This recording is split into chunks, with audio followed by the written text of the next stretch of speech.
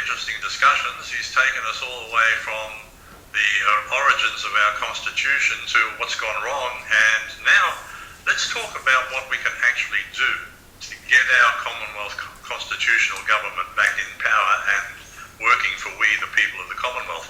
So Brian, when we were talking offline just before, you said that it's actually very easy, so maybe we should talk about what happened with Joe Quixote Peterson first, and then segue into what we as people of the Commonwealth can do. Thank you. When we're referring to Joe Quixote Peterson, from memory, the Queensland Hansards, 7th of December 1977, I'm saying that because that will nail the Hansards, anyone who knows how to check a Hansards, and most people would say, what the hell's a Hansard? A Hansard is every word spoken in a parliament, whether it's state, Commonwealth or UK, recorded. So it's a legal document, you can use it in a court of law, that can't be challenged. So if you use a Hansard as an exhibit, it's beyond challenge. But in this particular case, Joe said in the Queensland Parliament at the time he was the Premier, and he was talking specifically about section 53 of the Queensland Constitution, which is a binding section to send it to state referendum to see if the Queenslanders agree or disagree. Right. So Joe said, and I consider them monumental words, he said, we are entrenching section 53. Now I'm a farmer. Don't the hell ask me what the word entrenching means, but they seem to know, even though he was a peanut farmer. Peanut, whatever. But he used the word entrenching. We are entrenching section 50. Beg your pardon? Which means sticking it in and keeping it there. Well, it actually means that no parliament can change this, apparently. Right. Yeah. But my legal knowledge comes from like a $2 Butterworth's legal dictionary type thing. And I say $2 because they're usually bought at the op shops. But the big words he said in it, we're entrenching section 53 to block a Labor Party Socialist Republic by stealth. Well, that's what you now got. But the problem with that is, did you get it legally? No, you didn't. Because all the referendum issues required were all omitted, right through to today. But people then want to know, well, what can we do about it? You bellyache about the politician, you bellyache about someone, you bellyache, I better start my own political party and get down and tidy it all up. Well, you'll be committing a crime if you tried to do that. Are you aware of that? Because with the Queen removed, without the referendum, and the date was 1st of January 2004, nobody's got a valid grant of power, and nobody can validly fill out a nomination form. If they attempt to, or a court attempts to conceal this, you have a complete right to initiate a private prosecution. You can go to the where you do that, lodging a criminal charge. Now, most of what you call the state coppers, they won't give you a copy of the forms they use to charge criminals or alleged criminals. They won't give it to you. How do you get it?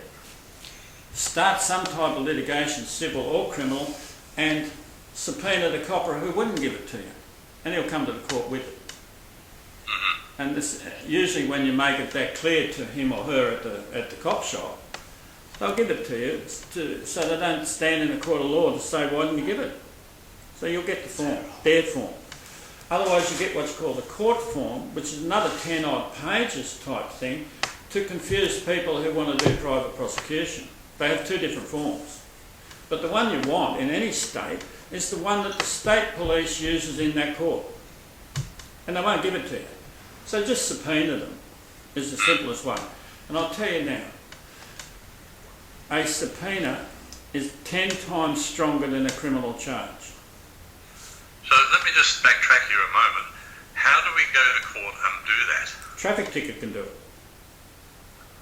I see. So you get a traffic ticket, so you've got to break the law to get there. Easy done. Easy done.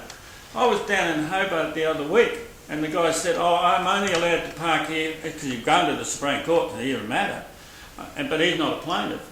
And he said, oh, I'm only allowed to park here for 2 hours, then I've got to move the car. I said, just leave the car there, you'll get a ticket. I learnt law on traffic tickets Yeah. because it's as simple as when the magistrate says, well, what's your defence?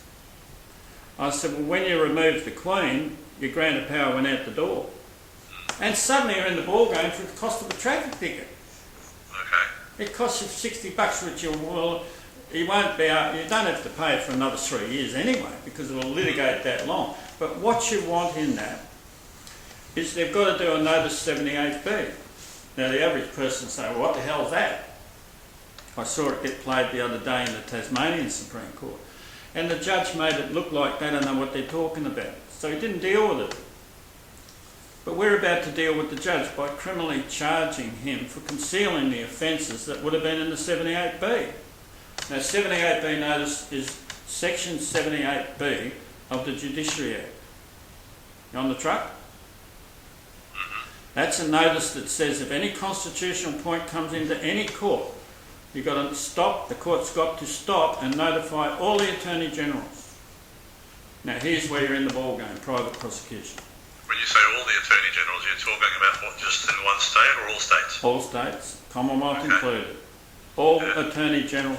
Now let's say you're the Attorney General of Queensland and you cop the 78B that shows you now have knowledge that the Queen's been removed without the referendum. Where's your legal ticket now?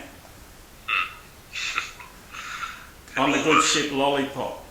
Yeah. But if you conceal that, can we charge you privately? That's where you're in the ballgame.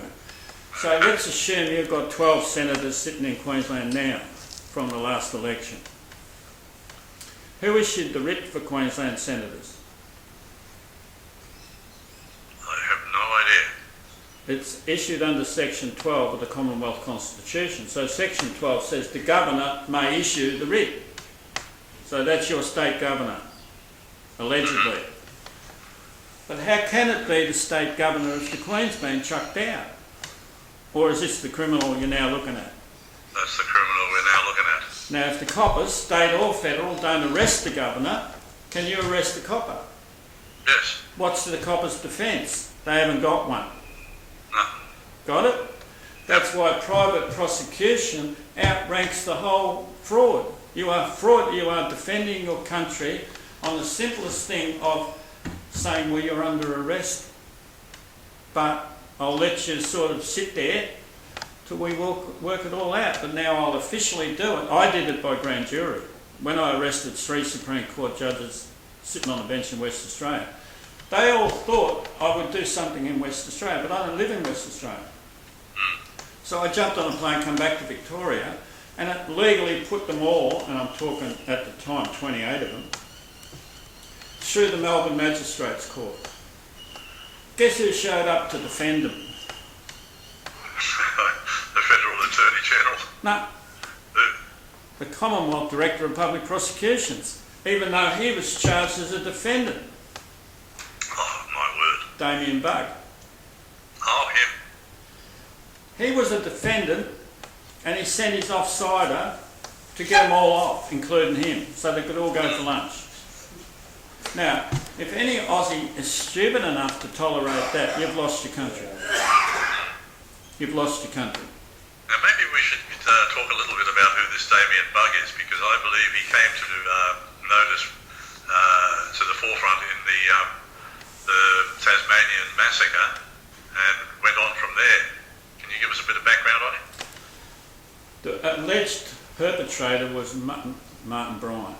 Right.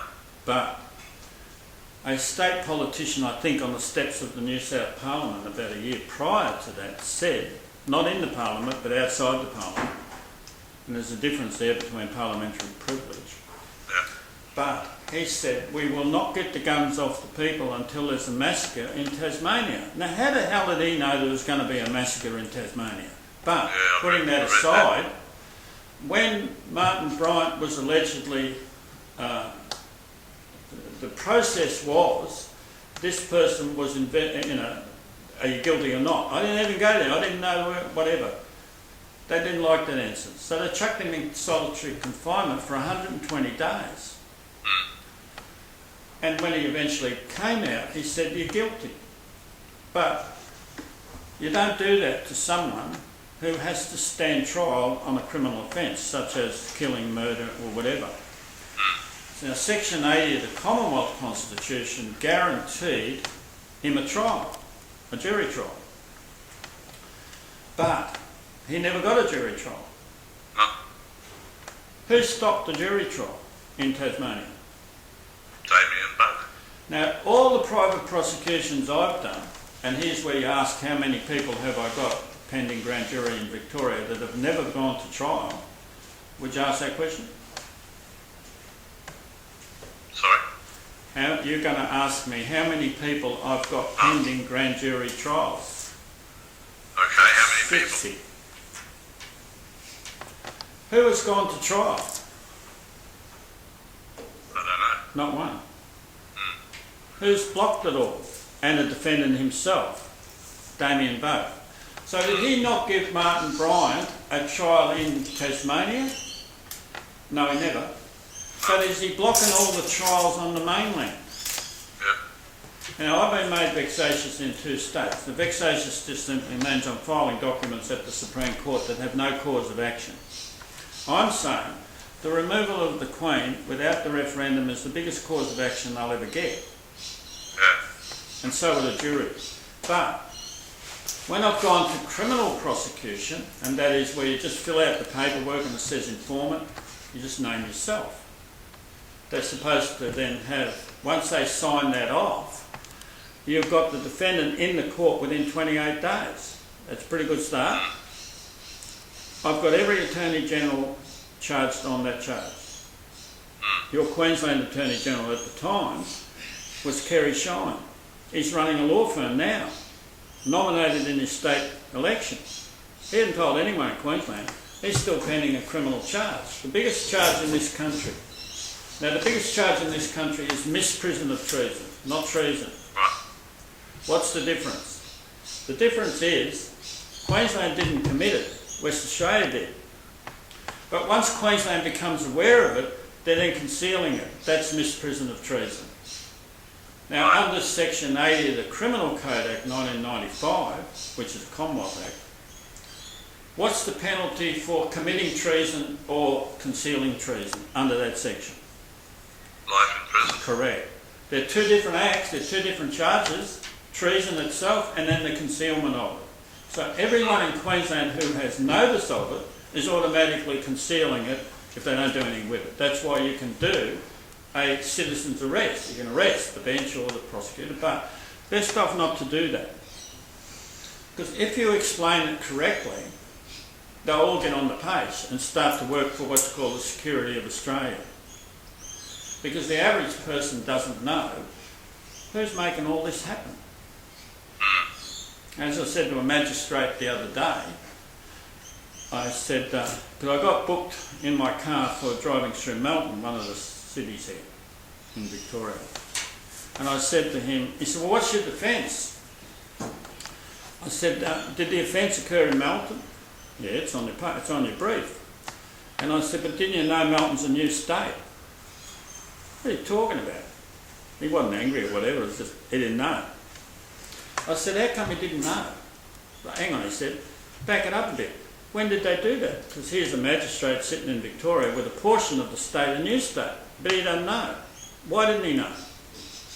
No referendum to do that. He said, who did that? I said, a federal judge sitting on her own, Michelle Gordon, in Melton Shire Council versus the ATO, they wanted a ruling and made Melton a new state. I said, that's impossible, because you broke every law in the country to do it, and nobody knows that they're splitting our state up. So I'm being booked in a state that legally doesn't exist. Where are you going to go now? I've never heard of this. Got it? No one living in Melton knows it's a new state, but now ask me who Michelle Gordon is, because she got promoted after that. Where is Michelle Gordon today? I don't know, who is she? She's a High Court judge. There you go. No, you've got to ask me a better question. Who's the hubby? He's probably the Attorney General. Kenneth Hayne. Hey? Kenneth Hayne. Is he pending the criminal charge? Yeah. Did he tell the Royal Commission bankers? I don't know about that. No, never. You're not going to stand up and say, I'm on a criminal charge, I probably shouldn't be running the Royal Commission, and I'm pending a grand jury in Victoria. Did he say that? Because if he did, get off the bench. But the problem is, did that non-disclosure just nullify the Royal Commission? How can they call it a Royal Commission if you chuck the Queen out? You have to call it a buddies commission or a mates commission, don't you? You're asking me how it's gone wrong, and I'm telling you. You're asking me then how to do something. Private prosecution, but you lay the facts out.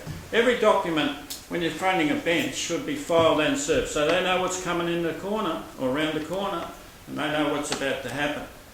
Now, your 78B notice going to all the Attorney Generals automatically shows you've got a fraudulent brief of power, Colin. Because what you're doing is cutting off the source of who's doing this and telling them what to do by placing them into the criminal arena. But you can only do that. Now, here comes the critical words of Section 80 of the Commonwealth Constitution. Trial by jury. That can only operate on the indictment. There's a word in there, indictment. Most people don't understand what that means. Now, let's say you're going to indict or charge the Governor of Queensland. Some people listening to this in Queensland will now know, hang on, I'm going to do that, but they don't know the process. But when you do it, lay the charge at the cop shop or either state police or the federal police, they have to take your charge. Do you know why? Because if they conceal it, they're automatically on the blank sheet you brought with you. Fair comment? Fair enough. So you're actually dragging the police into the matter. They're not happy campers, but who gives a hoot? If you're going to defend the country, you've got to make the federal police and the state police do something to defend it. That's what they're purportedly out there for. If they're not doing their job, have you ever got a copy of the police charter?